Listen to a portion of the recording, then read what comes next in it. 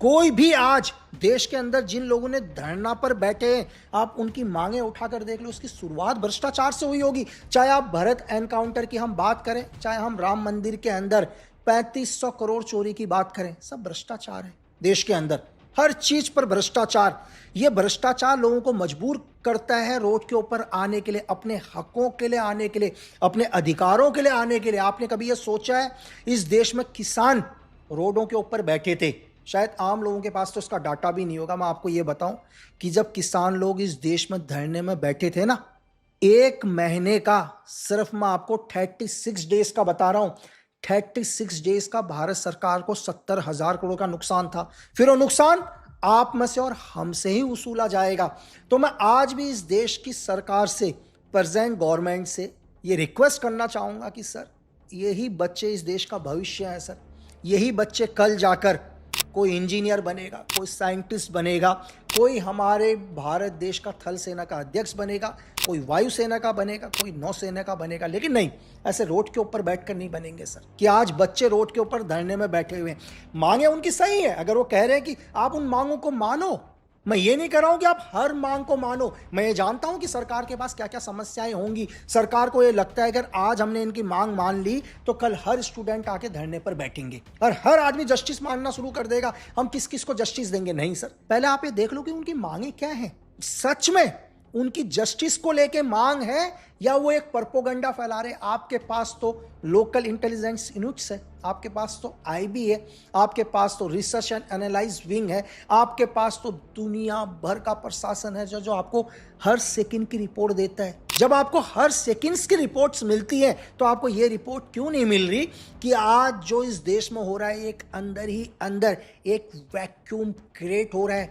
लोगों के अंदर धीरे धीरे अंदर ही एक गुस्सा बढ़ता हुआ जा रहा है। और आपको पता है देश के अंदर या देश से बाहर बहुत सारे एंटी एलिमेंट्स ऐसे लोग हैं जो इस चीज का फायदा उठाते हैं, जो नफरत पैदा करते हैं हमारे ही बच्चों के अंदर, हमारे ही लोगों के अंदर, हमारे ही देश के खिलाफ। वो ऐसे ही पल, ऐसे क्षणों का इंतजार करते हैं। वो लोगों को मदद करते हैं पैसों से, लोगों को भरोसा दिलाते हैं कि तुम्हारी सरकार सही काम नहीं कर रही है। एक पल के लिए आप ये सोचकर देखो कि एक बच्चा जो 9 दिन से भूख हड़ताल में बैठा हुआ है, जब उसको न्याय नहीं मिलेगा, एक मेरे जैसा इंसान, सपोज करो कि एंटी नेशनल आदमी, कितना वक्त लगेगा उसको, उस बच्चे को इस देश के एंटी खड़ा करने में? तो ये सरकार की जिम्मेदारी बनती है। अगर ये लोग लाइन में खड़े रहकर, धूप में खड़े रहकर, अपना सारा काम छोड़कर आपको एक आम इंसान से एक स्टेट का सबसे पावरफुल आदमी बनाते हैं या एक देश का सबसे पावरफुल आदमी बनाते हैं, तो आपका भी फर्ज है उस आम इंसान को रोटी, कपड़ा, मकान और एक अच्छा भविष्य देने का।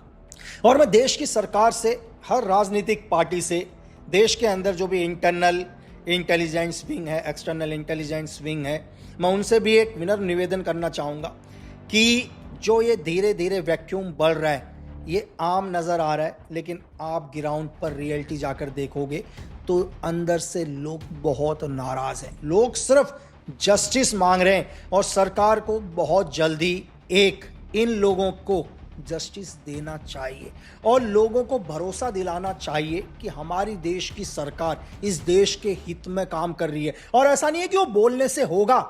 अगर आपने बोल दिया तो ऐसा नहीं है कि लोग विश्वास करेंगे। मैं लोगों से यही कहता हूं कि नेता कुछ भी बोल रहा हो, कोई लीडर कुछ भी बोल रहा हो, आप सिर्फ उसको सुनो।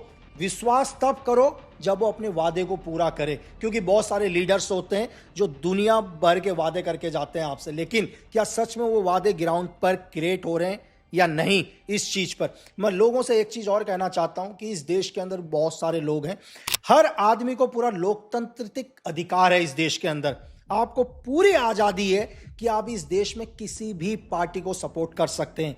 चाहे आप भारतीय जनता पार्टी को सपोर्ट करें, कांग्रेस को सपोर्ट करें, समाजवादी पार्टी को सपोर्ट करें, किसी भी पार्टी को सपोर्ट करें, यह आपका अधिकार है। लेकिन अगर आपकी कोई भी पार्टी जिसे आप पसंद करते हैं वो पार्टी सच में लोगों के साथ न्याय नहीं कर रही है, तो आपका एक सच्चे हिंदुस्तानी होने के नाते आपका एक फर्ज बनता है कि आप अन्याय के खिलाफ भी आवाज उठाओ। अगर आपकी पार्टी अच्छा काम कर रही है तो देश की जनता उसे सुनेगी,